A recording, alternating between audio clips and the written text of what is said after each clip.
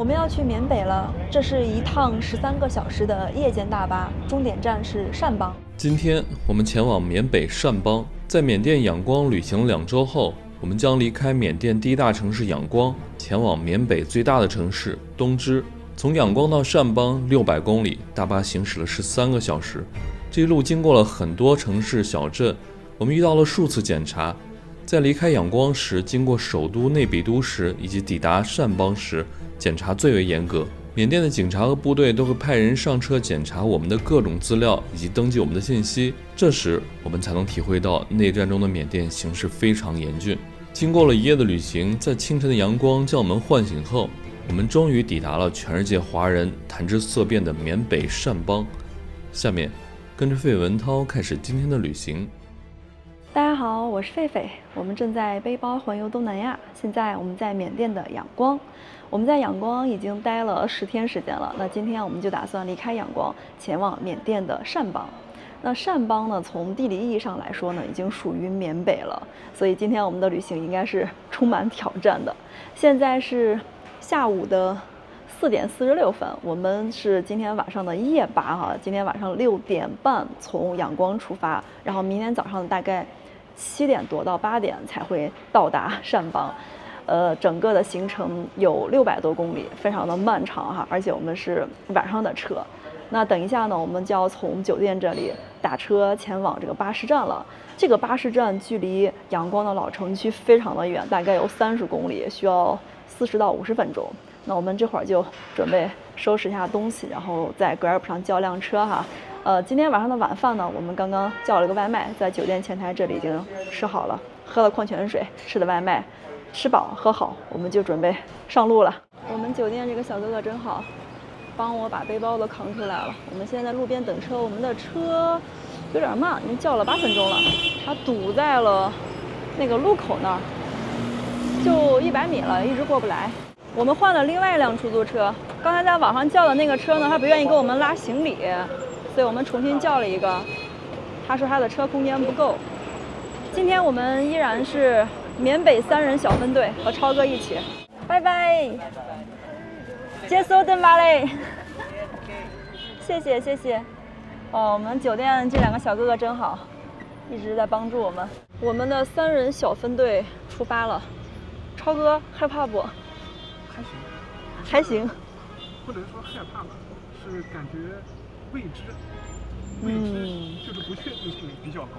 我也是这种想法。涛哥，你呢？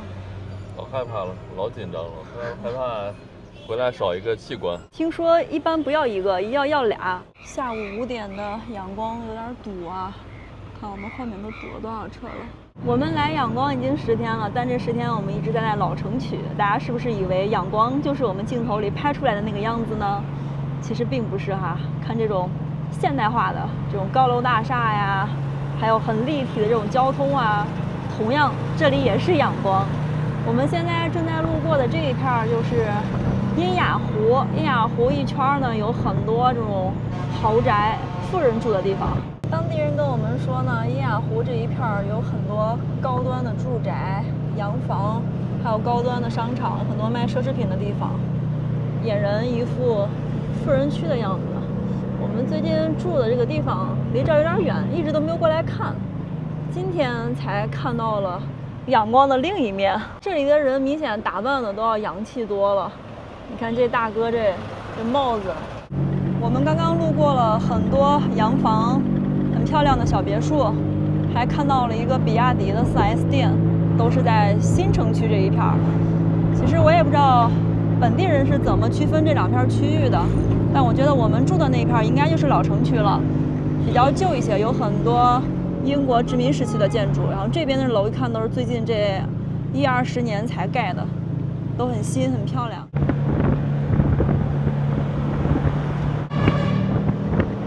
哇塞，这车坐了这么多人。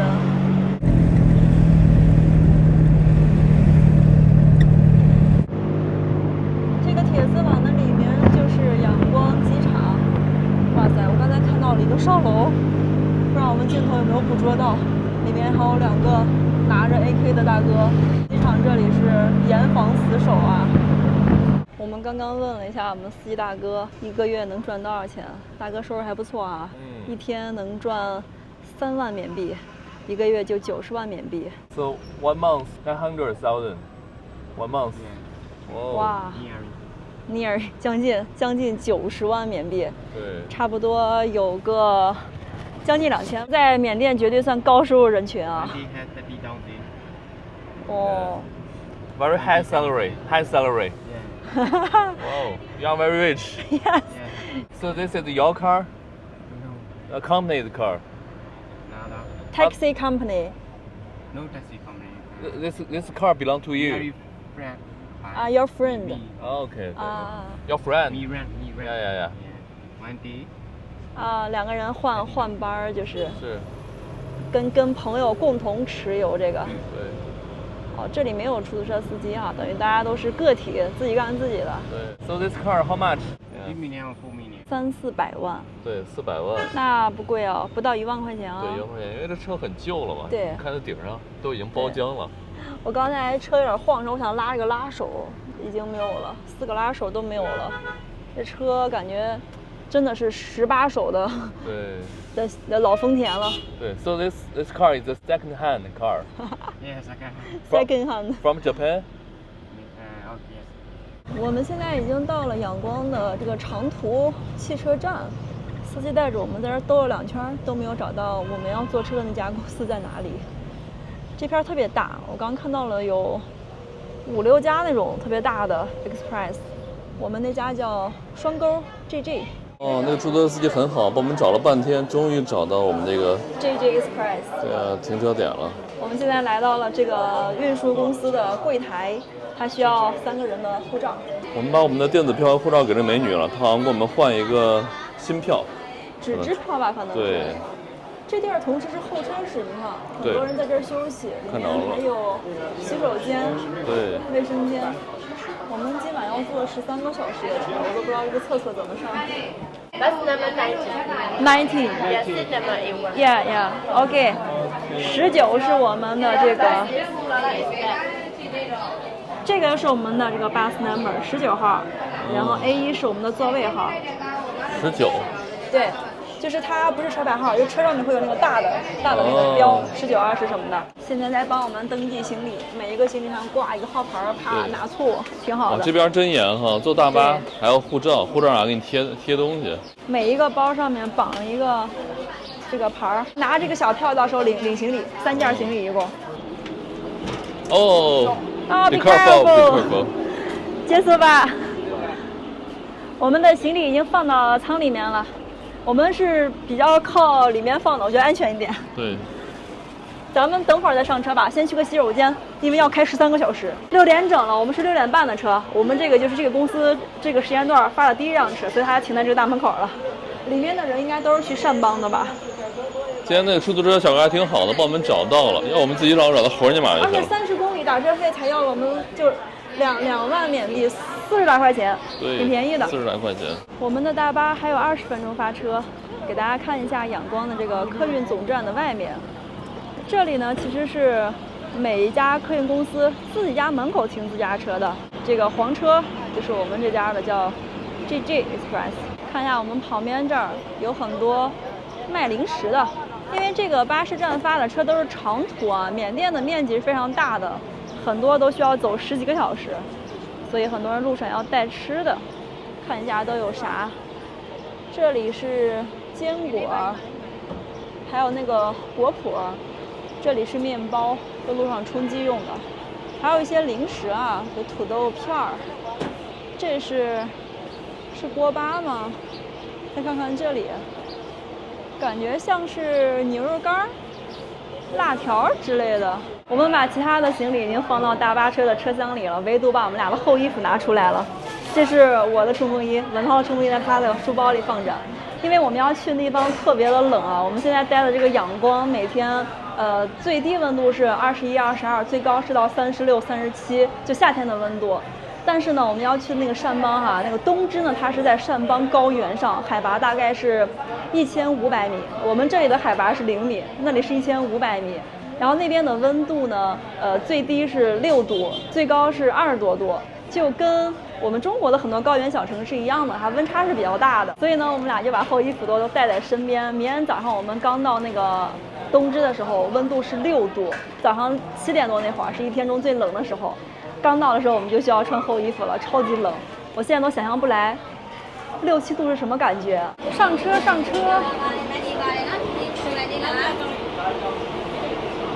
已经6点20了，还有10分钟发车。Hello， 明格拉巴。哎，这里好像不用查票。哇塞，哇塞，这个车有点高端啊。这边是右边2排座位，左边1排，超哥就坐在这个位置，是超哥的位置。我们3个把第1排占了。对，这个跟越南的巴士不同的是，我们是躺不了，但是这个脚垫是可以抬起来的。对，就这个，这个它可以弄起来点儿。哎，对我还不太会。要有个一下司机。对，要有个东西弄一下。对，我看我们车有多少个座？1、2、3、4、5、6、7、8、9、10、11，我们有11排，每排3个，就30多个人。这趟车，我忽然查了一下，好像就我们3个中国人。听说呢，一路上会查很多次的护照，因为我们是从这个缅甸政府的控制区到了这个边境少数民族的控制的地方。给大家展示一下我们的豪华大巴啊！我刚发现我脚下还有一个充电口，看一下有没有电，在这里。太豪华了呀！太豪华了！哇塞，78%，对，太棒了，竟然有电！然后我再给大家看一下这个还能来回转一下角度。对，老奢华了。我先看一下这个怎么玩。京视科技，这搞不好是中国公司做的啊。对，京视科技，我们先看一下，它这个可以设置语言，我看有没有中文。哇，真有啊，简体中文。对，棒呆啊！这是个 Pad 呀。哇塞，不错啊！这不知道需不需要联网？你看它有游戏、电影、音乐、资讯。我喜欢玩这个泡泡龙，这晚上有的玩了，就可以玩一晚上。因为我们今天从这个仰光去那个善邦高原，对，只有650公里，也不能说只有，其实挺长的。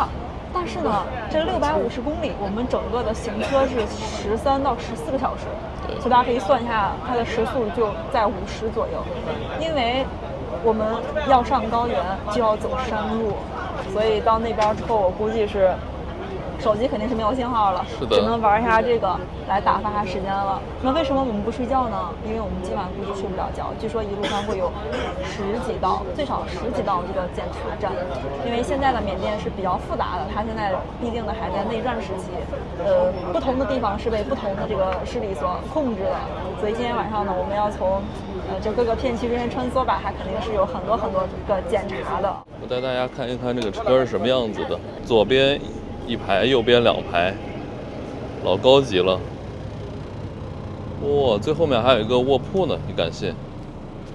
就最后面这排有个卧铺，放东西的或者这个乘务员可以睡觉吧，挺好的。哇，我们这车相当有格局啊！我们的车启动了，但是感觉狒狒有一些不安啊，有一些紧张，害怕不害怕？还行。我们的车要离开这个巴士站了，不知道有没有高速可以走。我刚才看了一下地图，中间似乎是有1个还是2个收费站的。对。但是按它这个时速来看的话，不超过50的就不好说了。对。但没准前半部分比较好的，还是沿着这个伊洛瓦底江的这一段，有可能是有高速的。然后到后面那个高原那一段，可能时速在30，然后前半部分是100，后面30，平均下来是50吧。我是这样考虑的啊。不是，你知道有一点我觉得挺好是什么吗？我们的车有安全带。哦，是吗？哦，我都没注意。哇！啊，这个榜上，这今天晚上有很多的山路对。照的。哎，今晚上估计是睡不了觉的。我们的大巴快要驶出仰光的市区了。我们这辆车呢是配了1位男司机和2位男性的安全员。刚才过了出仰光的一个检查站，哇，刚才的行驶太严峻了，哇！吓得我大气不敢出。对。我们过的是一个那种 S 型的路障，就车在里面龟速路障 S 型的穿梭，然后旁边有很多的那种帐篷搭起来的临时的算是跟堡垒一样的吧。对。然后有很多背着这个 AK 的大哥们，对，小弟们在那里检查。刚才让我们3个把护照提前准备好，但是他们没有查护照。对，就大概从车这儿看了一下，但是前面的重物检查站会非常非常多，一路上都是。快到那边的时候跟我们说，你们千万不要拍，拍了可能会惹到麻烦。对。那个小哥哥刚过来，特别神情严肃的说，把手机、相机什么全部都收起来，就不要玩手机。对。因为你在里面玩，下面人会觉得你在拍，给自己惹麻烦。所以刚刚还挺紧张的那一段。对。我们现在是不是上高速了？刚才我们过了一个收费站，是的，低了一下。对。就算不是高速呢，应该也是那种就是国家高等级的公路吧？对。你看这个现在是双向有10车道了，是，特别宽。哇，这灯终于熄了。刚才我们那块儿简直是那种有那种生死时速的感觉，风声鹤唳。刚才我们的车不但全部开着大灯，而且车的门一直是开着的。对。就车在行驶中那个门是没有关的。对。方便下面的人随时上来检查。继续出发吧。我们要趁着这段时间刚过了检查站，赶紧眯一会儿啊。不知道后面还能不能睡觉了。我们的大巴停在一个服务区了，这边要停半个小时吧。超哥没睡醒，睡眼惺忪，笑死我了。狒狒和我没睡着，我俩在车上在那晃。现在了，哇呀，好大一个小强，看，哇，成精了这个。好吧，这都算小的了。这个油炸一下呀，夜市上能卖5毛钱呢。人家夜市上卖的是蚂蚱。走上厕所。哎呀，真羡慕超哥秒睡啊！超哥现在眼睛都没睁开。我和狒狒带着大家看一看缅甸的服务区长啥样。快走，这个车好快。吃点什么，狒狒？哇，狗都睡了，这狗都睡了，我们还在这儿醒着要干活呢，太惨了。哇塞，好多人在这吃饭呀！这服务区好像跟越南的很像，也是那种一家的店铺组成的。然后餐厅后面就是厕所了。这服务区还有卖衣服的，越往北边走越冷了，现在都有这种毛呢的披肩了，感觉跟我们在国内每次上高原一样哈，很漂亮的。哇，这还有这种贼厚的衣服呀！我现在已经可以预感到那边有多冷了，山邦。你看这个，全是厚毛衣呀，对，羊毛衫儿。感觉这种衣服在缅甸这个国家应该都不会存在一样，因为最近阳光实在太热了。现在晚上10点多了，生意还这么的火热，在这边摊饼，卷了半天卷成一个，然后再去火上烤。这大哥看我们在这儿拍的特别好奇，觉得你们在这儿看啥呢？拍啥呢？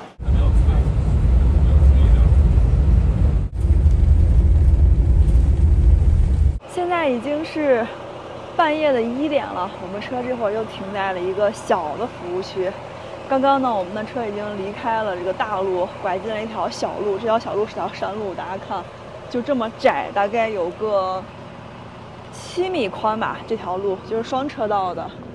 这个路呢，不但窄，它还是那种拐来拐去的那种山路。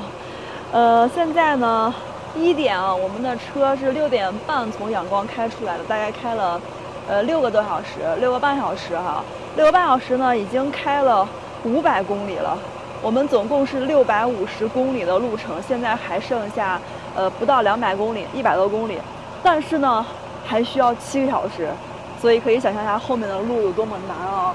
刚刚我们路过这个首都内比都的时候啊，那个检查真的是非常非常的严格，那个一路上的这个检查点儿，还有这个路障啊什么的就不说了，太多了，太严格了。那现在我们到了这个位置呢，再往前一点点啊，就进入善邦了。我刚刚往前看了一下，漆黑一片，什么都没有，任何灯光都没有。然后我再看了一下这个路，给大家看一下。接下来我们要走的路就是前半段还可以，但到了后半段呢，给大家看看，就全是这种路，看就是这种山路18弯啊，川藏线一样的。感觉后半段还挺难开的，而且我们这个车啊，这全程13小时没有换司机，一直是一个司机，那2位就是安全员。我们司机差不多每隔每隔3-4个小时能下车休息那么20分钟，就继续再开了，感觉还挺操心的。这次停车时间比较短，上次停了半个小时，这次只停了20分钟。现在的温度啊也是越来越低了，我们车里很多人都穿上外套了。我刚看了一下海拔啊，这个地方的海拔已经到300米了，但是呢，我们要去的那个山邦高原那里是1500米，也就是说接下来的100来公里，我们这个海拔要上升还有1000多米要走。我们的车启动了，又重新出发了，给大家看一下我们要走的路。这个路特别窄，我们这种大巴车感觉只够1个车通过。现在看来根本就没有7米，这个路可能也就4米左右。给大家看一下地图啊，这就是等一会儿我们前面要走的路。这个地图上这个位置好像是在山的山顶那块儿，海拔得有个2000米了，还是挺难走的，曲里拐弯的。关键是现在的这个时间呢，北京时间是2点50，缅甸时间是1点半，半夜1点半。我们已经有7个小时没有换司机了。刚刚我们的车开高速的时候，我睡了有3个小时，因为中间呢过那些检查站不是每一个都会检查的。但是到了这个小路上，我突然就睡不着了，有点害怕呀。这晚上看着真的是挺操心的。现在是凌晨的3点40，我们的车又停下来了。司机说呢，这边要求从凌晨的2点到4点，所有车要休息，不能在路上开。我们这儿已经停了有几十辆车了，前面那些比较亮的是大巴车，我这边还有卡车。我们车这会儿的状态就是门是紧锁的，司机在后面睡觉，然后乘客在座位上睡觉。大家可以感受一下这个打呼的声音。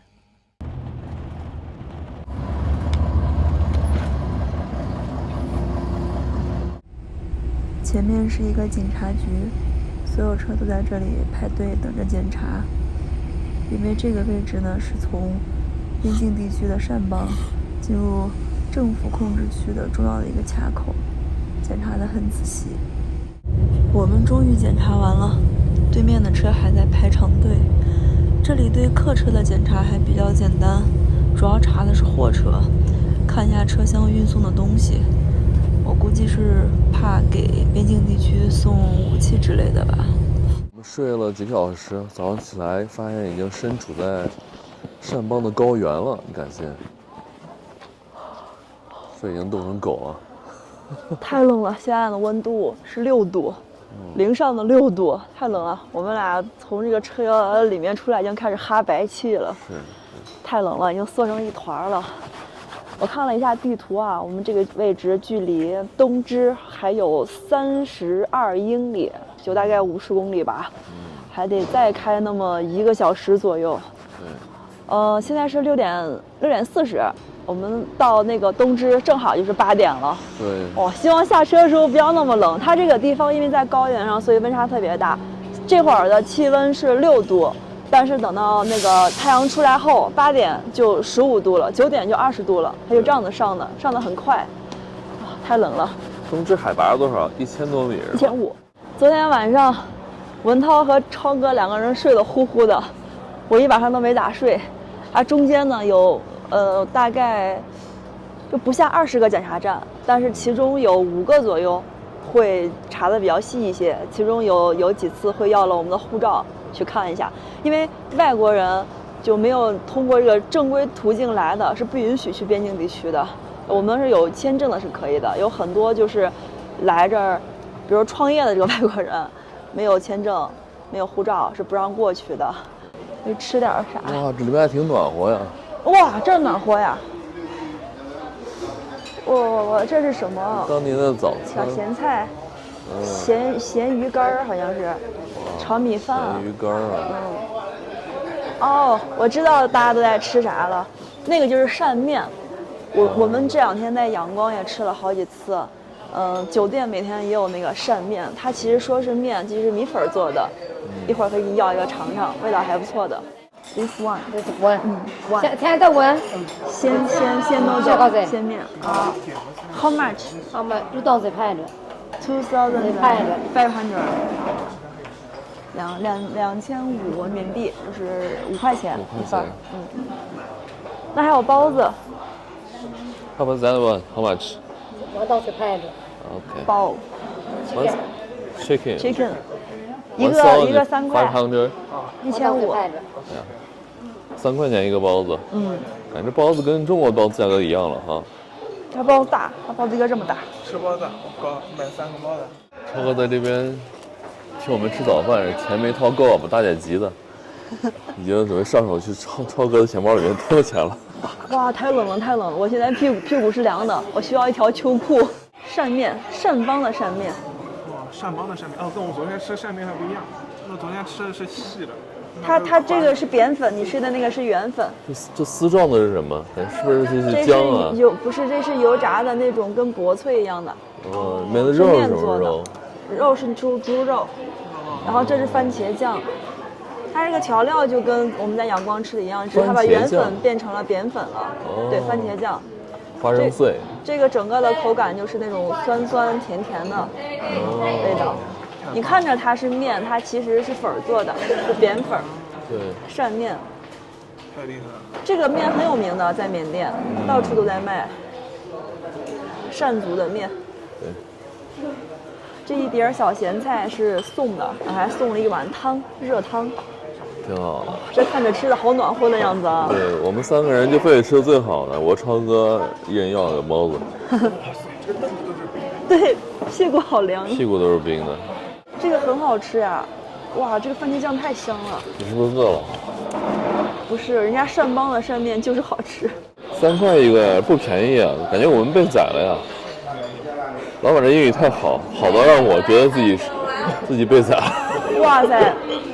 这个扇面吃到嘴里真的特别像饵丝，特别像云南的饵丝。我觉得阳光那个圆粉不是很像，这个扁粉特别像，它是那种黏黏的，就跟饵丝的味道一样。我们到那儿发现，这个就当地人看我们的眼神就是很新奇哈，可能这边还有外国人，外国人不多，可能这地方。有姜吗，少哥？没有姜。哦，没姜就好。哎呀。鸡肉。好，赶紧吃。对，一碗面吃饱没？我超哥没吃饱，一人要了一个油条。这个油条给我们来了个凉的，我想要个热的都要不到。口感很好。这儿油条太好吃的，我们的酒店刚开始每天都有油条，我们俩吃了好多天，最近几天没油条了。这边油条老尬了，刚才是我们要油条，老板娘从别的桌端了油条给我们。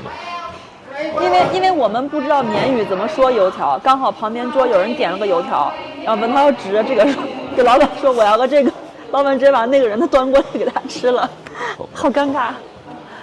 早上的7点，寺院的这个师傅们都出去化缘去了，对，排着队过马路呢，每个人都抱着一个钵呀，都是小师傅，对，感觉都是10岁左右的。没穿鞋啊，在马路上走。后面是年龄比较大一点的师傅。不冷吗？我穿鞋都感觉超冷。还有的提的那个饭盒。给大家看一看啊，这就是善邦高原的景色。我们刚才服务区吃饭的旁边全是山，这块也能看到山，周边到处都是山。看一下我们的这个地形图，它这块位置稍微平坦一点，它是一个县或者镇吧，叫昂班。然后我们接下来要去的东支呢，还要再翻山，中间还要再继续翻山，还有36英里。对，给大家看一下我们现在的海拔啊，现在的海拔是1295、1296，等一下我们到东支还要再升200米到1500，对，还会再冷，按这个高度来说还要再冷几度啊。东支是善邦的这个首府啊，最核心的城市。然后我们再往前走，就会到达东支的一个机场，叫海货机场。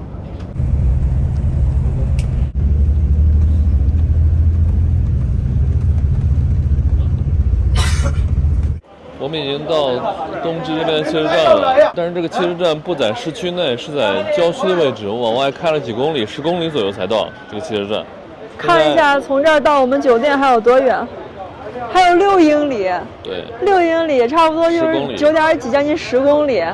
哇塞，我们一会儿还得折回去。刚刚那个大巴从我们酒店门口过了，但是说是市区内不能停，必须到这个汽车站才能停。所以现在我们折回去还挺远的。我们刚刚进城的时候啊，有警察还有部队的在查我们的护照。给大家讲个有意思的事情啊！刚刚我在车上睡着了，进城的时候我在车上睡着了，然后我就听到旁边有很多人在讲话，声音特别大，把我吵醒了。我睁开眼一看，我的面前站了2位 AK47的大哥，吓死我了。然后那个车上就我们3个中国人，就我们3个外国人应该说。对。然后他把我们的护照大概盘查了有10多分钟吧，一直在拍照登记，然后再给上面汇报。完了就问我们是来干嘛的，就你们3个人吗？你们住在哪里？你准备去哪儿？就问的还挺细的啊，感觉这边还是挺，谨慎的，挺严谨对这个事情。是的。Hotel. Yeah, yeah, yeah. With 3, okay, 3 person. Okay. How much? 200,000. 不可能吧？他可能说错了，哪有那么多钱？哦，2万差不多。2万还有点贵啊。2万还行，2万40块钱。Discount。No discount。这个大哥不给你打折。这个大哥好决绝，他是不是觉得认定了我们？他这个车站确实是没有啥车能坐，没办法。如果我们没有行李的话，我们3个人坐那个摩托车1人1辆也行。但这会儿我 OK。No 下。他这车感觉装不下行李了。对啊。算了，没空间了，没空间了。那车很难打，刚问那个车，那个大哥不给我们便宜，然后他的车又放不下我们的行李了。现在飞有个超哥去找别的车问价格。我们刚到缅北善邦高原，什么感觉？就感觉这个太阳特别的剧烈，有种那种高原的感觉，就像以前在青藏高原那种阳光射在身上的感觉。虽然很暖和，但是紫外线特别的强烈。这就是东芝的汽车站呀，给大家看一看啊，善邦首府东芝的汽车站。这个城市基本上是缅北善邦最大的一个城市了。结果汽车站就长这样。这个大爷让我们搭他的车。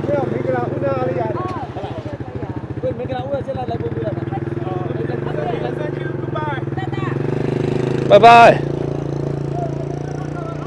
哇，他本来让我们坐他们的车呢。对，这位大爷是穆斯林大爷，然后他让我们先坐他们家的车，把我们拉到他家，再帮我们打车，说不要钱，人特好。不过正好来了一个出租车。不行啊。2万。看来这边可能就是价吧，因为这个汽车站太远了，对，在市区边上，而且他要那个车要翻山，要爬山爬很久去城里。那怎么着？走呗。走吧，只能走了。2万一分不少，2万块钱。太贵了哈。我因为我们在仰光打了几十公里才这个价格。我们打了20多公里。对。才这价格，而且这儿现在只有10公里。对，几英里啊？10公里不到，42块钱。我们的车现在在往酒店的方向去。今天这个出租车有点贵啊。我和超哥刚才想啊，我们从仰光到东芝650公里。对，650公里才要了。人4万，然后我们打这个出租车10公里2万。对。不过是3个人的啊。对。本来我们的大巴车啊是有很多停靠点的，就在东芝市内，有一个在东芝大学，还有市内好几个停靠点。但好像最近这个局势比较严峻。但是市区内是不允许大巴任意停靠的，是的，必须到站才行。还有3.2英里，9分钟，啊，那这个2万花的说是有点肝疼。对，那就是太贵了。再快9分钟就到了。这好像是个政府机构啊 ，Shan State Parliament 善邦什么委员会吧，估计。在善邦的城区还有 OPPO。哇，善邦的主城区还挺繁华的，三星、OPPO、vivo、Tecno。这儿还有广东会馆。广东会馆。广东会馆开到善邦来了。这华人很多的。啊。善邦是缅甸华人聚居地啊，非常多，因为它跟中国云南接壤。对。很多华人的。那为什么不是云南会馆？我们到我们的酒店了，订了不太好的一个酒店，2星的。问多少钱 ？No foreigner 不接待外国人，不接待外国人。啊？那上网不是看着可以吗？对呀。40多块钱到酒店，居然说不接待我们。我们在酒店已经待了3个多小时了，这酒店还是没有安排好订单，可能是就是国内的代理商跟当地没有沟通好，所以我们还得继续等。哎，我们刚到缅北就出师不利。然后我看对面有一个日本的二手店 ，Japanese reused， 是个日本的二手商店，好像卖衣服的，我过去看一看。Japanese reused clothing， 哦，这衣服都来自日本的，厉害了。嗨。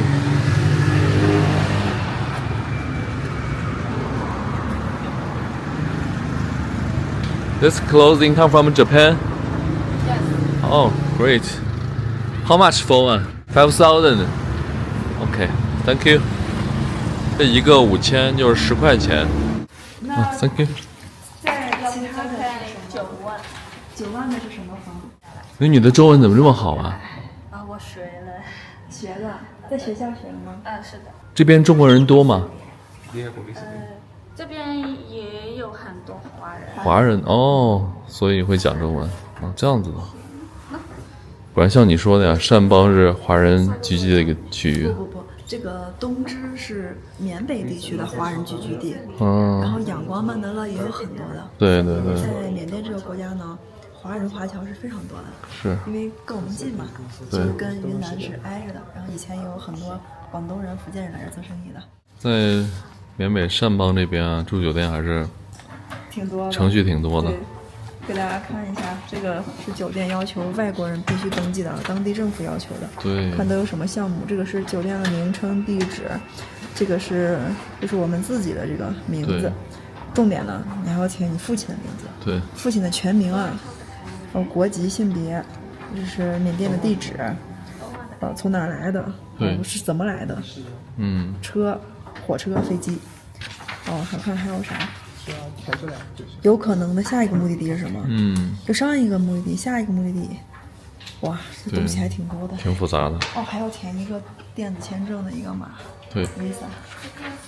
不过这酒店很给力啊，我们刚来，然后就有菠萝汁，果然是好酒店，还是现榨的，特别好喝，连我从来不喝酒店这种招待饮料的都喝了。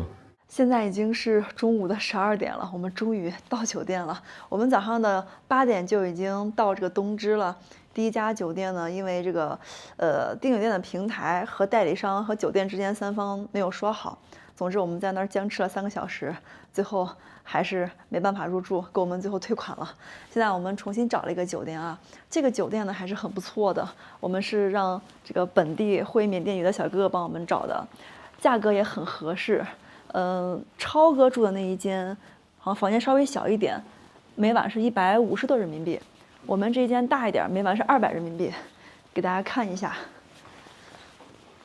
，414，就是这一间喽。哇，当当当当，进来看看，这就是我们在善邦住的酒店了。工作人员把那个背包都已经帮我拿进来了，还是很贴心的哈。刚才呢，那个前台的美女跟我说，这里面的零食还有饮料都是免费可以吃的。然后明天早上还有双早，有个早饭。它这个床特别大，这个床是有个2.2米了得有。我们来窗边看一下哈，这个位置就可以看到整个东芝的市景了。从这儿可以看到呢，东芝啊真的是一座高原小城。你看那边那个山啊，还是挺高的。然后酒店的这边还有一座山。其实东芝呢，它就是一个被群山环抱的，中间稍微低洼而且平坦的一块地方，正好就建了这样一个大的城市啊。作为善邦的首府，很大的一座城市。然后这个地方温差挺大的，这个早晚只有6、7度，中午最热时候到27度，就很像我们青藏高原上我们当时夏季的时候去狮泉河那种感觉。早晚很冷，能哈出白气，中午就特别晒，特别热。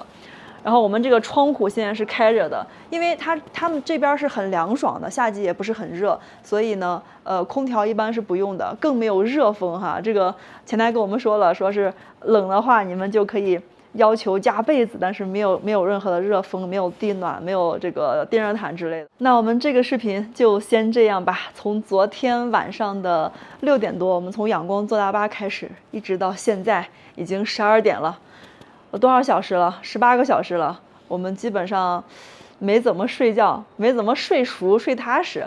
我们现在准备在房间里收拾一下，洗个澡，然后到下午2、3点的时候再出去东芝市区逛一逛。